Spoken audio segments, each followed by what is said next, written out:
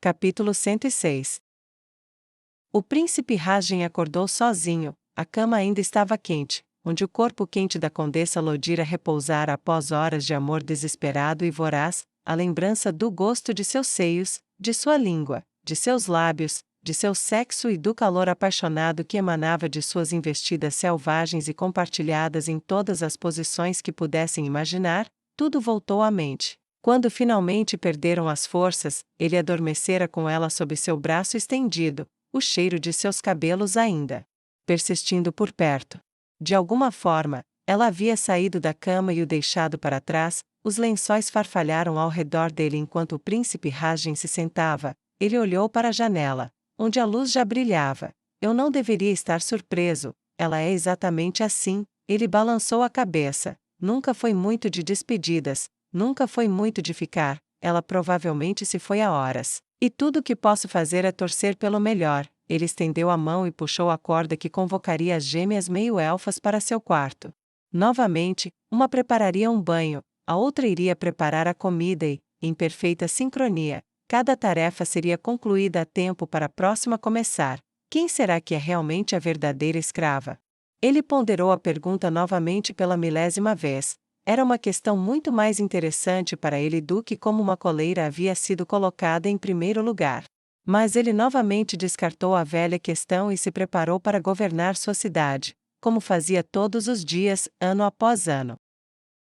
Como alguém disse certa vez, Yersin, os mortos não têm direito sobre os vivos. Se você conseguir criar golems como os deles, ou algo parecido, com as almas dos mortos, então eu lhe darei mortos para trabalhar. Tudo o que preciso é de uma guerra, e haverá bastante dela antes de viajarmos para o oeste novamente. Nua respondeu, com um sorriso tão largo que chegava a doer. O que poderia te fazer rir numa hora dessas? Perguntou Sobela com olhos temerosos. Será que ela perdeu a cabeça? Ela se perguntou, e então relaxou enquanto Nua balançava a cabeça. Eu estava dando uma olhada e descobri um pouco sobre os Tlaumo. Eles não são bem o que eu esperava. É estranho pensar neles como sendo apenas pessoas. Sim, eles são temíveis e poderosos para qualquer padrão normal, mas, no fim das contas, eles são apenas uma carne diferente. E se isso me faz odiá-los mais ou menos? Nua deu de ombros, deixando em silêncio o que Yersin viera descobrir. Sobela balançou a cabeça vigorosamente. Não. Eles são monstros. Monstros que existem apenas para arruinar nossas vidas. Como você odiava o urso que comeu do outro lado da fronteira? Perguntou Nua, incisivamente. Para eles, somos assim mesmo. Talvez gostem de um pouco de sadismo, mas isso os torna mais como pessoas, não menos. Pense nos comestrans sendo vendidos por todas as grandes cidades e além. Tenho escravas comestranas grávidas em minha propriedade que não sabem se o pai é marido ou amante. Ou qualquer guerreiro que invadiu as muralhas e as encontrou onde quer que estivessem escondidas. Você era uma escrava antes que o amor do príncipe a libertasse? Certamente não. Duvida que aqueles que lhe fizeram exigências infelizes eram pessoas? Nua ajoelhou-se diante da elfa demoníaca e segurou sua cabeça pelos chifres, trazendo a mulher para perto, pressionando uma testa contra a outra. Por favor, acredite em mim, tenho certeza disso. Eles não são apenas monstros, são pessoas. Tudo o que eles fazem é como nós, são outra carne. Não uma existência impossível que nunca poderá ser superada. Nua sussurrou as palavras a centímetros de distância. Não sei como posso provar isso para você. Você terá a chance. Sobela sussurrou, e então fechou os olhos. O quê? Perguntou Nua, inclinando a cabeça, mas Sobela balançou a cabeça vigorosamente. Não, nada. Você pode me segurar um pouquinho? Eu sei que eles vão nos chamar em breve. A voz de Sobela falhou enquanto ela implorava com os olhos bem fechados, para o mundo ao seu redor. Nua ignorou as palavras. Tudo bem, eu vou. A assassina elfa da floresta pressionou as costas contra a parede, aproximando-se lentamente do flanco de Sobela e deixando a elfa demônio de pele roxa escura deitar-se contra ela, com a lateral da cabeça apoiada no ombro de Nua, apoiada no chifre saliente. Nua inclinou a cabeça para a esquerda, de modo que a lateral da cabeça ficasse sobre os cabelos escuros de Sobela. Gente, como monstros podem ser gente? Eles nos comem, nos aterrorizam, nos torturam, Como podem ser outra coisa senão monstros?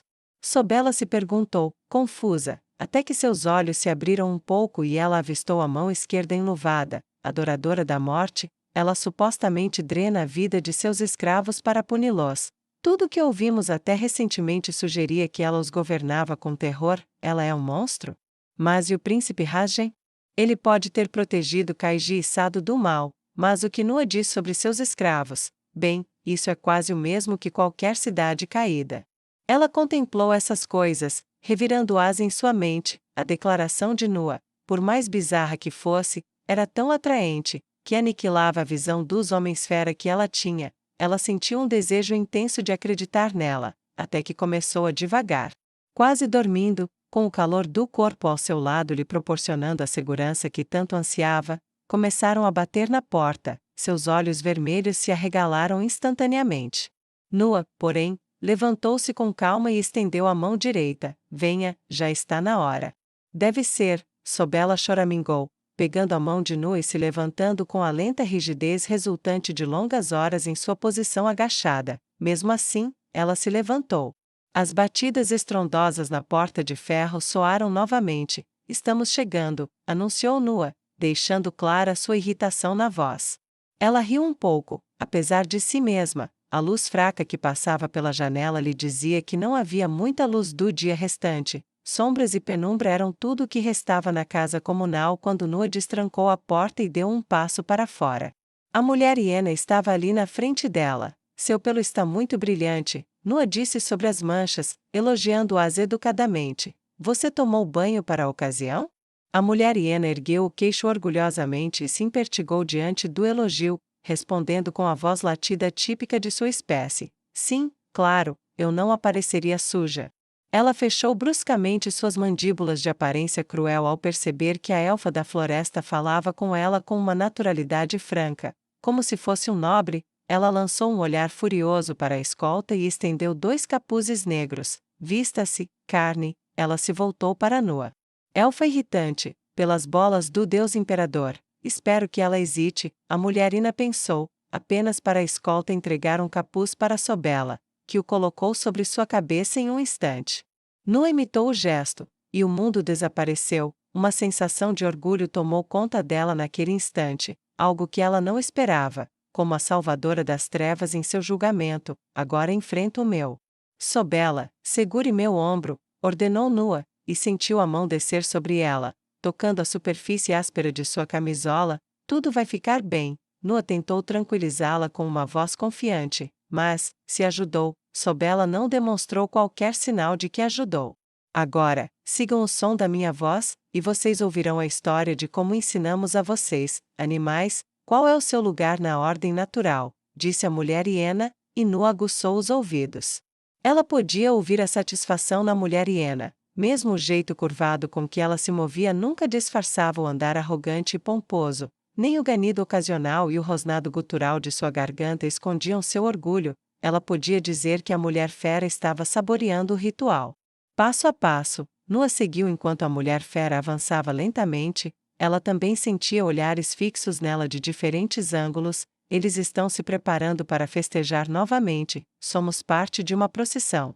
Não demorou muito para que ela ouvisse o barulho de outros caminhando atrás dela, passos arrastados, e ouviu o som de pés arrastados. Os que serão comidos, estamos marchando à frente de uma coluna. Ela sentiu o cheiro da urina daqueles que perderam o controle pelo medo e ouviu as vozes que deviam ser de humanos, anões, elfos e outros das raças mais humanas. A mulher hiena continuou a contar a história monotonamente. Então o gado estúpido lutou à sua maneira débil e pereceu. Seus campos de caça se tornaram nossos ranchos, e animais como vocês são alimentados com os grãos e frutas inúteis que sua espécie come, e os últimos deles fugiram para o leste para construir as cidades em que agora vivem. Bem, a maioria de vocês. Felizmente para vocês, é útil ter um local de colheita de animais criados soltos como vocês, aqueles que podemos usar para manter nosso rebanho aqui em boa forma. Aqueles que vocês provavelmente sentiram e ouviram atrás de vocês, vêm de um dos nossos ranchos mais antigos perto daqui. A mulher hiena encerrou sua história com uma risadinha enquanto seus pés estavam firmemente plantados na terra. Nua parou atrás da mulher fera. O cheiro de medo e suor estava denso no ar, o som de homens e mulheres sendo arrancados da fila atrás deles, o barulho de correntes tilintando nos membros que seguravam.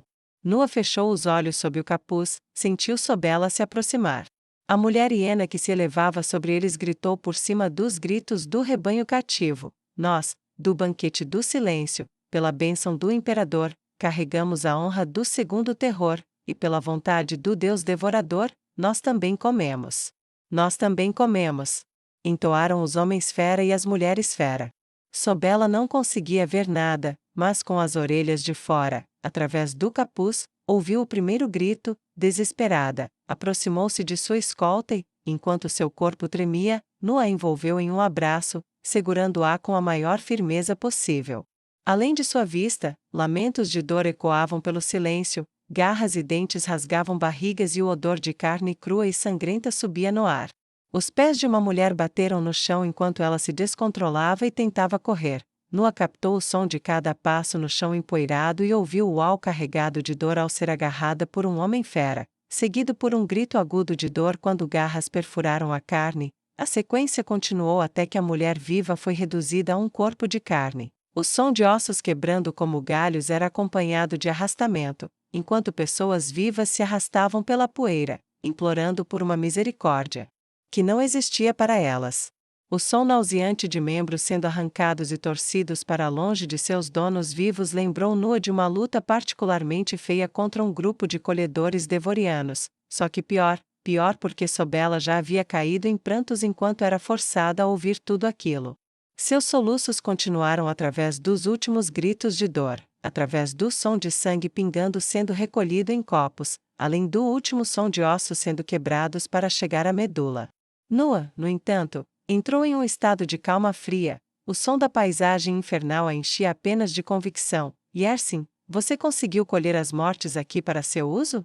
É claro que eles foram muito gentis em me alimentar tão bem, respondeu Yersin. Ela praticamente podia ouvi-lo lambendo os lábios pálidos dentro de seu reino.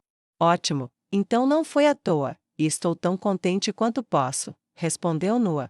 Nua não sabia dizer por quanto tempo ficaram ali, ouvindo os rosnados, os grunhidos, os lamentos e o ranger de dentes enquanto os gritos das raças humanoides criadas em ranchos cessavam na cidade do silêncio, embora pudesse contar os segundos a partir do ritmo das lágrimas que caíam dos olhos de Sobela e corriam pelos seios de Nua até se transformarem em pó vermelho, transformando a terra sob seus pés em lama como o sangue das vítimas às suas costas. Só quando a luz do sol se apagou e as tochas iluminaram a escuridão é que tudo mudou. Ela sentiu os olhos da hiena mulher se voltarem para ela novamente. Eles terão que servir, terei que me contentar com você para o imperador. O governante da cidade resmungou. Voltem por onde vieram, mantenham os capuzes, de alguma forma eu acho. Vocês não precisam de escolta.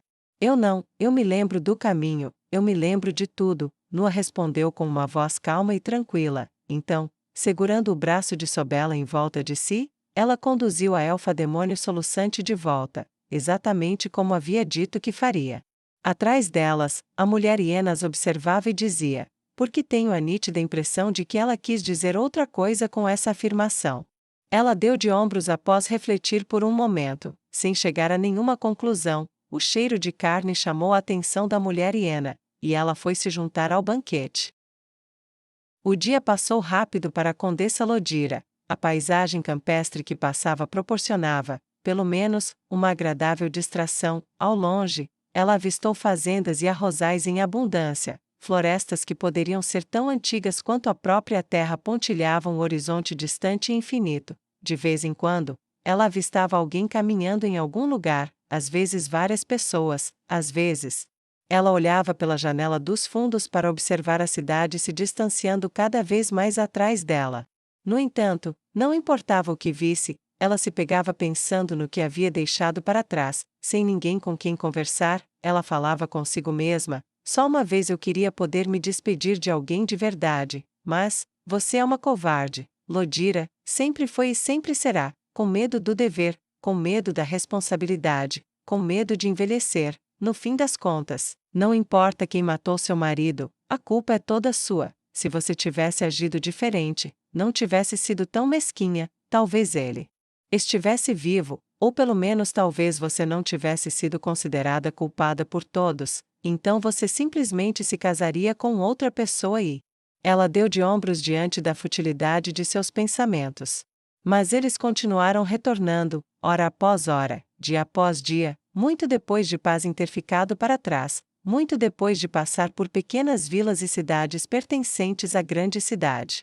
Eles ainda estavam com ela enquanto a carruagem atravessava o muro baixo da pequena cidade onde ela nasceu, ainda a acompanhavam pelas ruas sinuosas de Makin City, e por todo o caminho até sua propriedade familiar.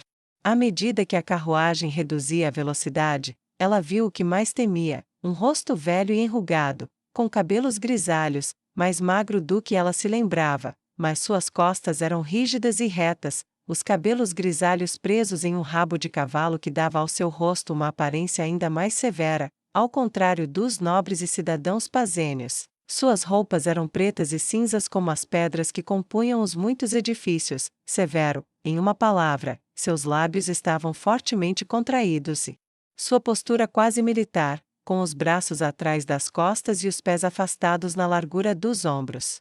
Lodira respirou fundo quando o homem que puxava a carruagem desceu, aproximou-se e, com um pequeno clique, abriu a porta para que ela saísse. Ela desceu, suas roupas verde-azuladas e brilhantes destacavam-se como um polegar machucado em uma mão sem outros dedos, colocou um chapéu vermelho de abas largas e chamativas e se aproximou do velho. Ele não disse nada quando ela se aproximou. Pai, eu juro, eu não fiz isso. Seus olhos se encheram de lágrimas, e então ela viu estrelas quando a mão aberta dele tocou seu rosto. Ela sentiu que estava caindo com o tapa forte e ouviu o pai gritando: Sua vadia estúpida! Sua vagabunda estúpida, estúpida! Para que serve você agora? Para que serve você?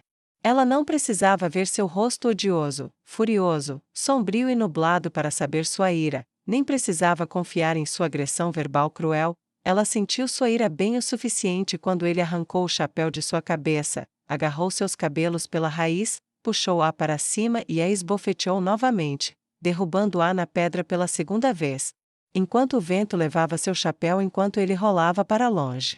A sensação familiar das mãos violentas dele a deixou brevemente entorpecida, e enquanto o chapéu desaparecia na distância, rolando pelo chão onde era pisoteado por um cavalo que passava antes de ser carregado para mais longe e bem longe da vista, uma parte desconectada dela pensou brevemente enquanto era puxada para cima para mais um tapa no rosto: eu gostei daquele chapéu.